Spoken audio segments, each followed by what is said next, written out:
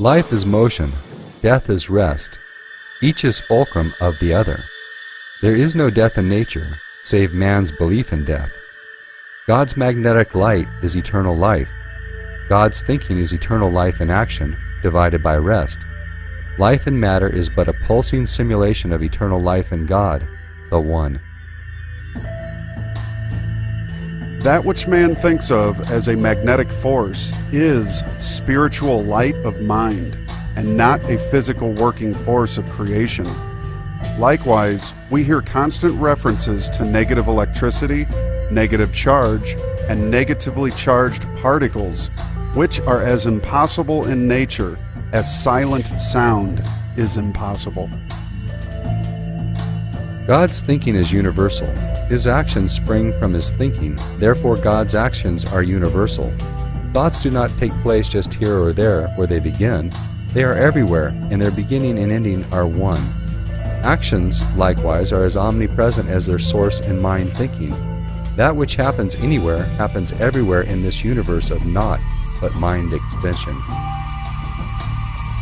Idea has no extension, but idea, divided by imagining, extends into an imaged infinity, and repeats its divisions like unto the infinity which the kaleidoscope repeats, and multiplies its imaginings as it repeats.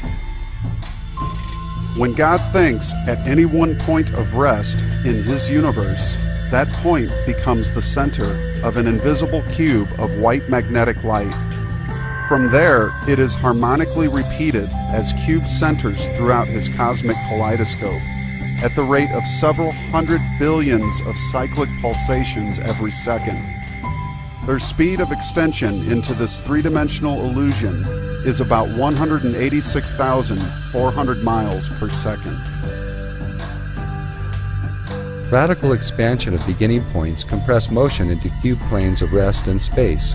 These are reflecting mirrors of magnetic light which project God's thought-imaged forms onto His universal screen of space to simulate a reality of existence where not anything is, not even the motion which so convincingly seems to be there.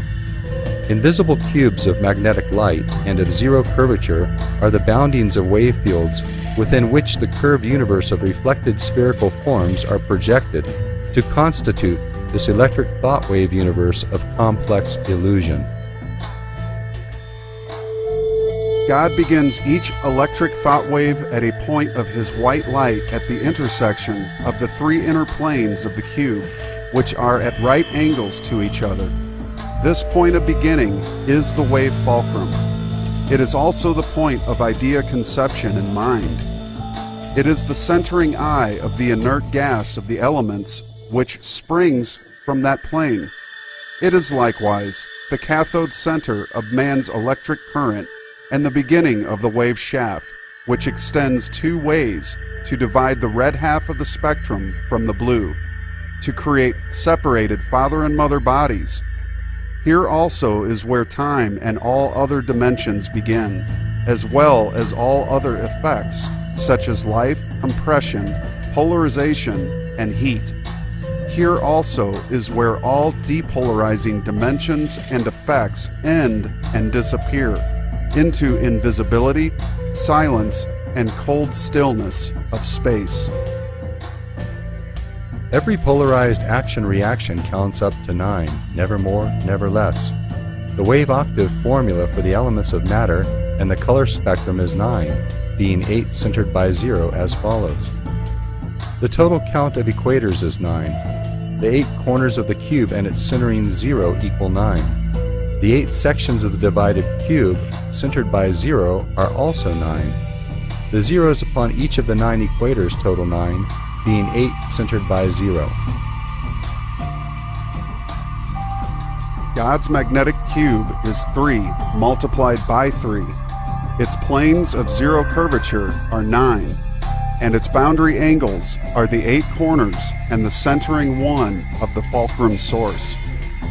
Cube wave fields are the 9 mirrors of magnetic light which project dimensioned and conditioned forms to all the universe, from one wave field to another throughout all creation. In this manner, God's curved universe of curved directions and curved cellular forms appear upon his cosmic screen for an interval to simulate the many and the complex, and then disappear into his oneness to rest for an interval between thought pulsation frequencies. Thus, the cube, which is the oneness of all form, is imaged as the sphere in God's imaged universe. The cube and the sphere are one. The sphere is an incandescent cube, and the cube is a frozen sphere. The planes of the cube are 9, and their projections into the spectrum of the incandescent sphere are 9.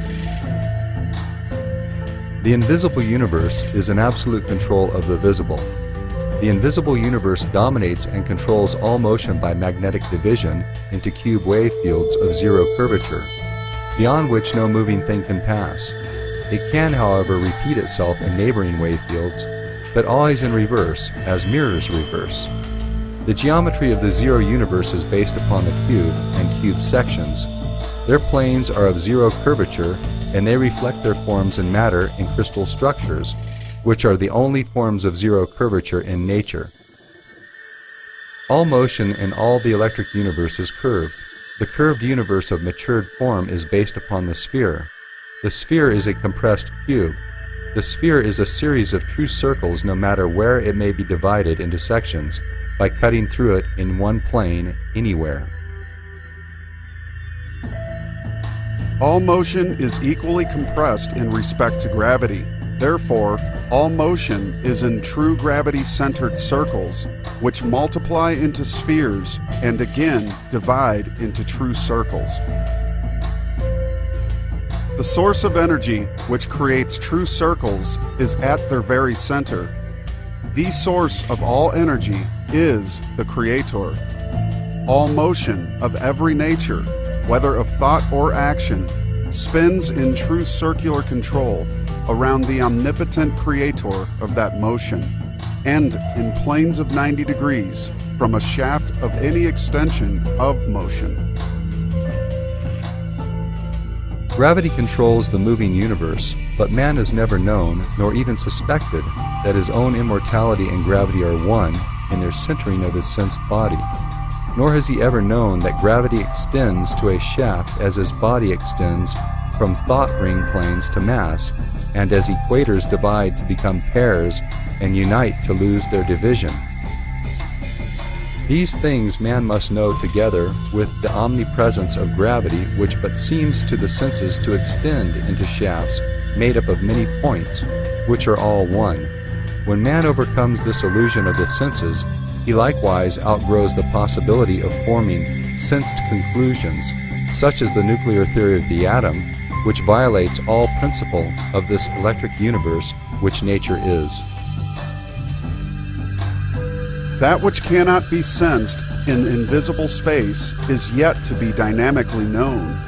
The mystery of the crystal and its cleavages, which divides crystals into units, lies within the knowledge of space geometry, which can be scientifically organized into mind visibility, as bodies in motion can be scientifically organized into sense visibility.